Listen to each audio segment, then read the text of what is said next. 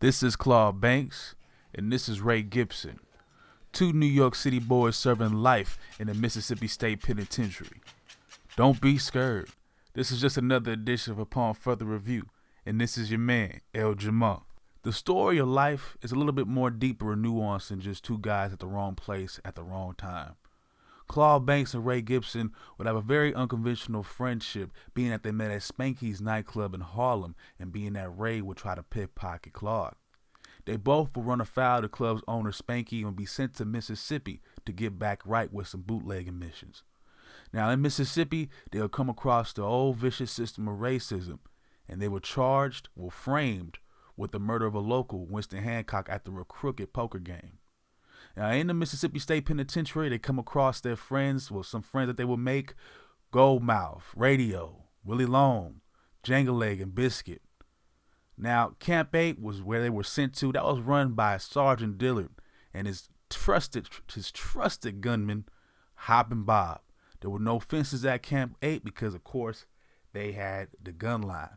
Of course, Claude and Ray would try to make their escapes. Claude originally would try to get his cousin to put in the appeal for him, and then eventually, when that didn't work and his girl ran off with the cousin, he would try to run away with Ray.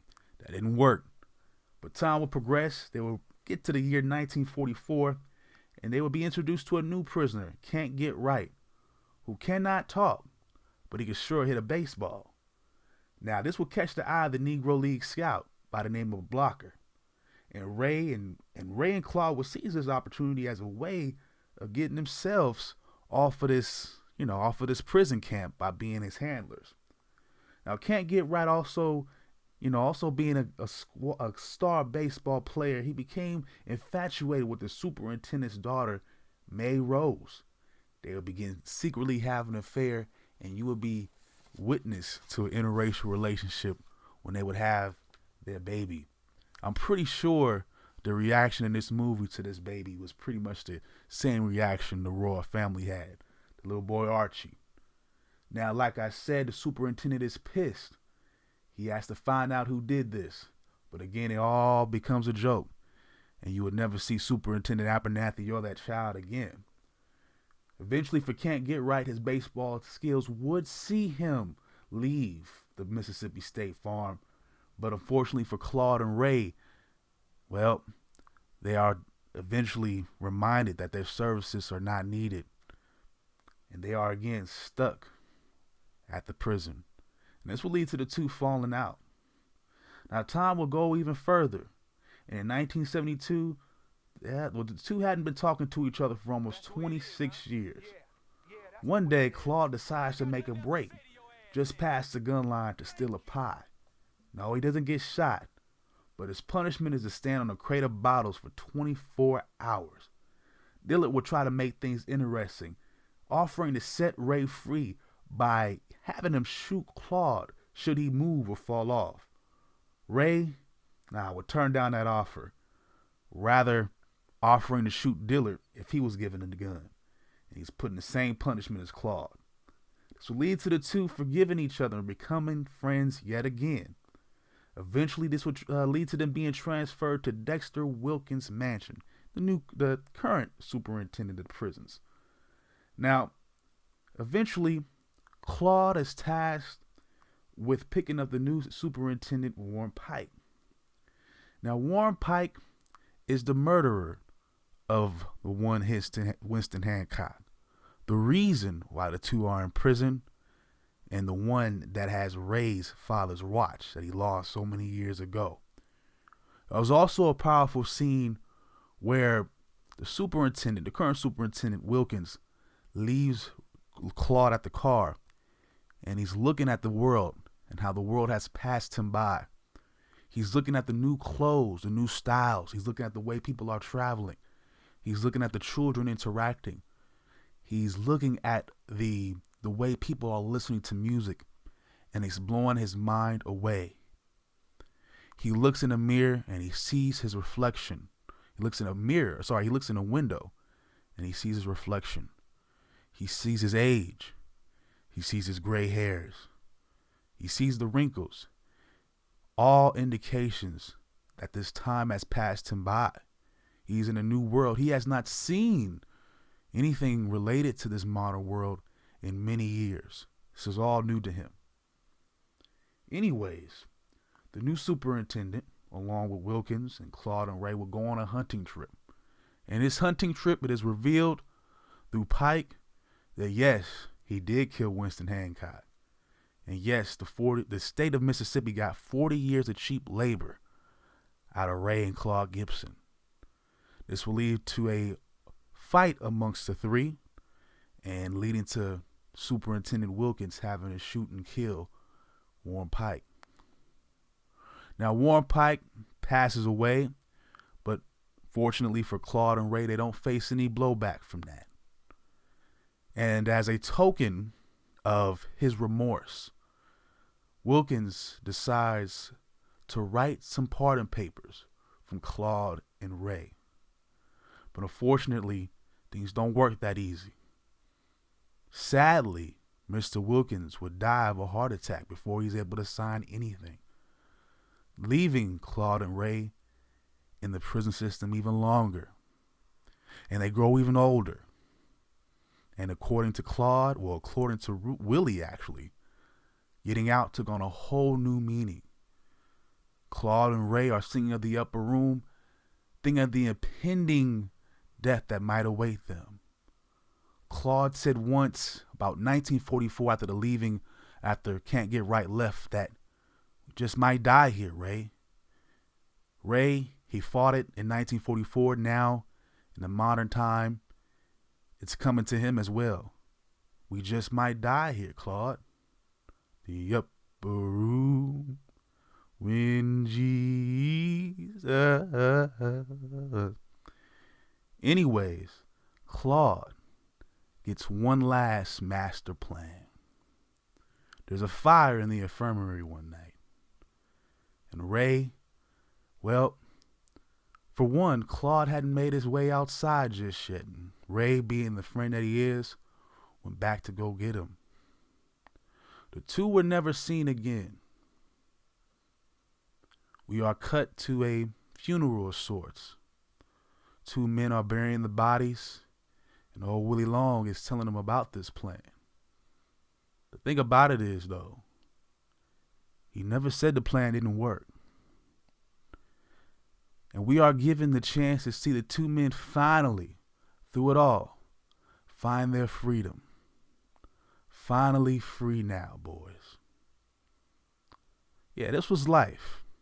This was life for Claude and Ray. This is probably life for many men caught up in the prison system.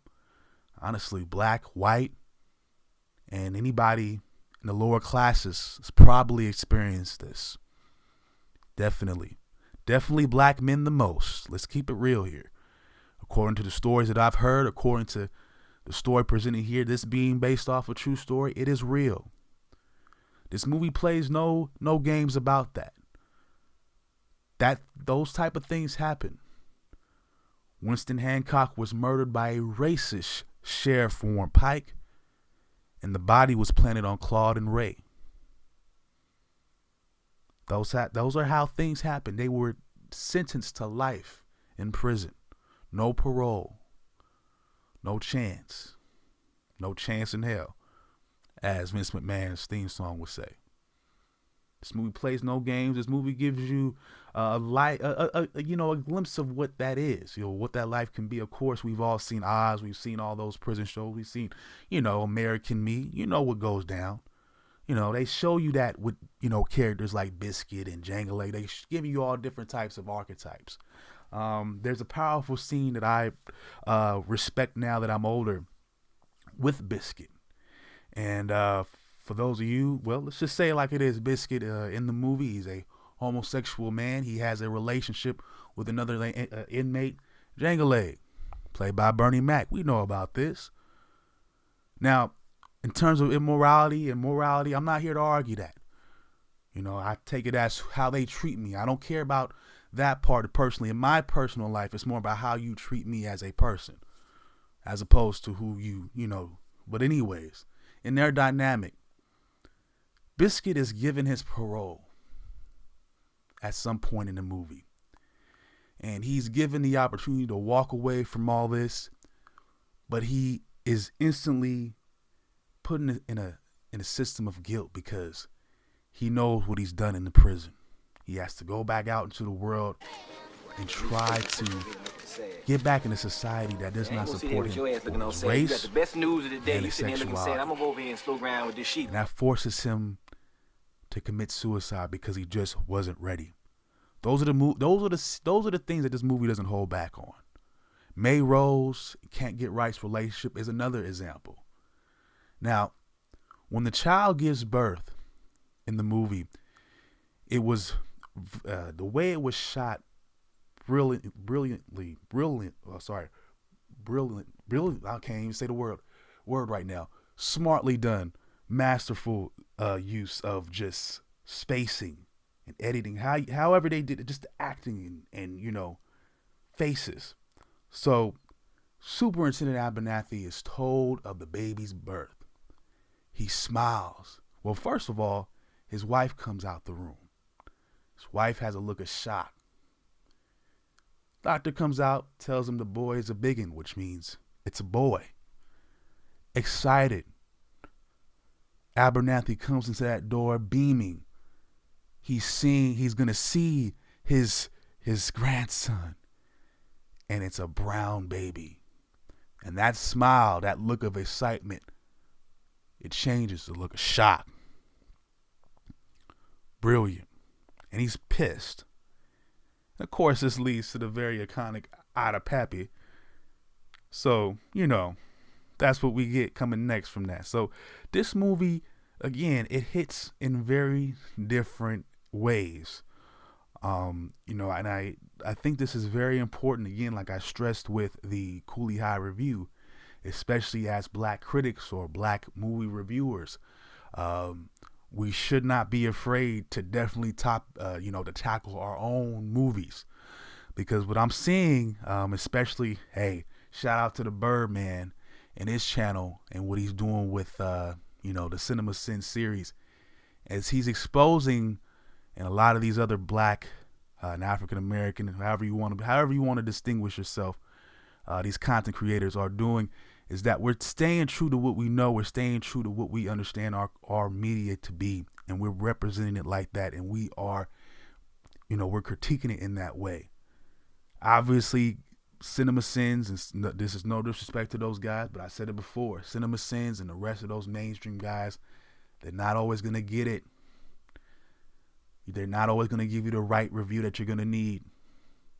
This movie describes situations within our community that has happened, and it happens currently. Actually, it's kind of ironic because your vice president has been accused of something similar with blacks in her state when she was serving as the attorney general, falsifying evidence, posting false charges on somebody. Hey, creating and fabricating evidence. Just like with Warren Pike, he was a white guy doing it though. Placing dead bodies on people. See how that work? See how they don't really change? Wow. That's what they telling you about in this movie.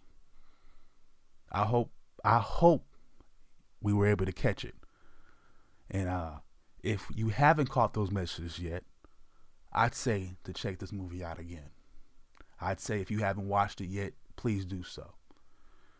If you're looking at any review that's telling you this is lower He's than a square. He an 8 know out he of was 10, fucking they're with. lying. Oh no, They man! don't See understand down there? what This Martin is a rat, man. I our hate messages rats. are all about. But you do. I'll say that first. This movie had a message. This movie was also funny as well. If people missed either or, I gotta question their ability to take humor, or what their humor level is, or what their level of certain comprehension is. And maybe it might be their background as well. Because these stories and these circumstances are things that I've heard. And I've been around crooked cops. I've been around racist cops. I've experienced their racism. I've experienced racist organization. It does exist. Okay, it's not as propagated as it once was. There's no Jim Crow. But for those who are non-black, or those who might be black, that just says, "Oh, that's great for you. Great for you." Be blessed that you've never had to experience none of the things that these people had to go through. Be blessed that you haven't been patted down just because you looked a certain way. Be blessed.